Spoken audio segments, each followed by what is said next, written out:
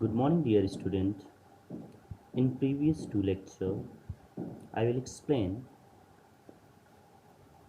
type 1 and type 2 questions related to quantum number. And today, type third question related to quantum number will be solved here.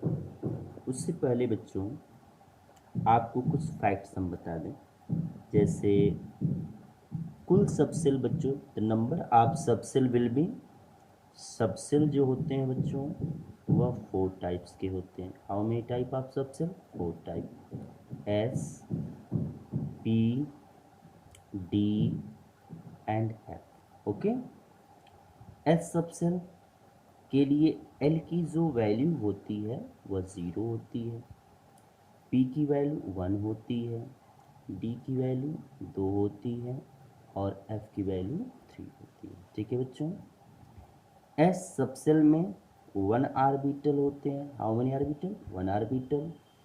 P subshell में बच्चों 3 orbitals होते हैं। Okay, D subshell में 5 orbitals होते हैं, 1 2 3 4 5। और F subshell में 7 orbital होते हैं, 1 2 3 4 5 6 और 7। ठीक है बच्चों, एम के लिए यानी कि अगर हम एस सबसेल के लिए एम की वैल्यू लिखें तो 0 लिखते हैं। एम की वैल्यू पी सबसेल के लिए बच्चों -1 0 +1, जैसा कि पहले आपने देखा था। अगर कोई संख्या होती है तो उसे माइनस से प्लस तक ले जाते हैं। तो डी के लिए क्या हो जाएगी बच्चों? -2 -1 0 +1 +2। एफ के लिए बच्चों -3 -2 -1 0 +1 +2 और +3। ठीक है बच्चों, एस सबसेल के एस ऑर्बिटल में बच्चों टोटल 2 इलेक्ट्रॉन होते हैं, पी में टोटल 6, डी में टोटल 10 और एफ में टोटल बच्चों 14 इलेक्ट्रॉन ही मौजूद होते हैं। अब आइए क्वेश्चन सॉल्व किया जाए। बच्चों क्वेश्चन दे देता है थर्ड टाइप में, कैलकुलेट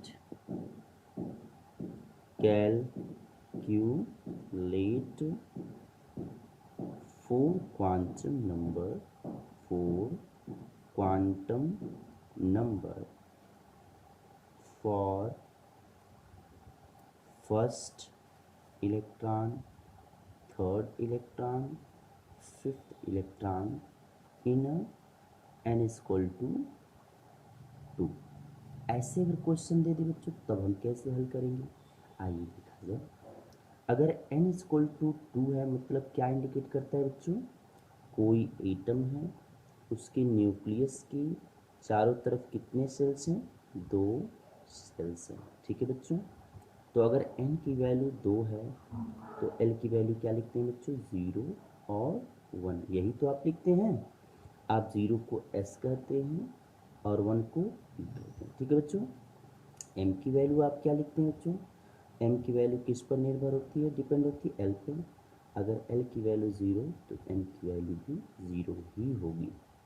अगर l की वैल्यू कोई वर्ड है, संख्या है, डिजिट है तो उसको माइनस से करेंगे, -1 0 और +1 कर देंगे, उसको माइनस से प्लस तक ले जाना है। और s की वैल्यू सबके लिए क्या होगी बच्चों? ±½ होगी। ठीक है, ऐसे ही तो लगाते थे टाइप फर्स्ट में, लेकिन यहाँ पर क्वेश्चन पूछा है बच्चों किस किस इलेक्ट्रॉन के लिए। आपको बताना है फर्स्ट इलेक्ट्रॉन के लिए, थर्ड इलेक्ट्रॉन के लिए और फिफ्थ इलेक्ट्रॉन के चारों क्वांटम नंबर की वैल्यू। तो n की वैल्यू बच्चों सबके लिए क्या हो जाएगी? 2 ही रहेगी, क्योंकि इसी 2 सबसेल में तो यह 3 इलेक्ट्रॉन मौजूद हैं। अब l की वैल्यू क्या होगी बच्चों? l की वैल्यू आप लिखेंगे, देखिए अब यहाँ से कैलकुलेट करने का बच्चों, कैलकुलेट करना पड़ेगा। आप बताइए हर एक आर्बिटल में 2 इलेक्ट्रॉन होते हैं, तो बताइए इसमें पहला इलेक्ट्रॉन होगा ना, यह यस है तो यस में कितने आर्बिटल होते हैं बच्चों? 1 आर्बिटल। तो फर्स्ट इलेक्ट्रॉन आपको किस में मिलेगा? इसमें मिलेगा एस ऑर्बिटल में। तो एल की वैल्यू क्या लिखें फर्स्ट इलेक्ट्रॉन के लिए 0 और एम की वैल्यू क्या लिखे वह भी 0। देखिए 0 है ना, आप 0 लिखेंगे। और वह कैसे गति करेगा बच्चों क्लॉकवाइज, तो इसके लिए लिख देंगे प्लस। ठीक है बच्चों। सेकेंड आप देखिए थर्ड इलेक्ट्रॉन, तो देखिए फर्स्ट इलेक्ट्रॉन बच्चों यहाँ पे है, सेकेंड यहाँ पे आएगा, क्या थर्ड भी इसी में आएगा? नहीं, थर्ड आपका बच्चों इस पी में जाएगा। पी में कितने आर्बिटल होते हैं बच्चों? आपके होते हैं 3 आर्बिटल, ठीक है, जिसको -1 0 +1 आप कहते हैं ना। तो देखिए 2 इलेक्ट्रॉन यहाँ पे, थर्ड इलेक्ट्रॉन आपका किस में आ गया भाई? -1 में। यानी थर्ड इलेक्ट्रॉन के लिए एल की वैल्यू क्या लिखेंगे? 1 लिखेंगे। एम की वैल्यू क्या लिखेंगे बच्चों? -1 लिखेंगे। -1 में आया ना, देखिए -1 में ही भरा है -1, ठीक है।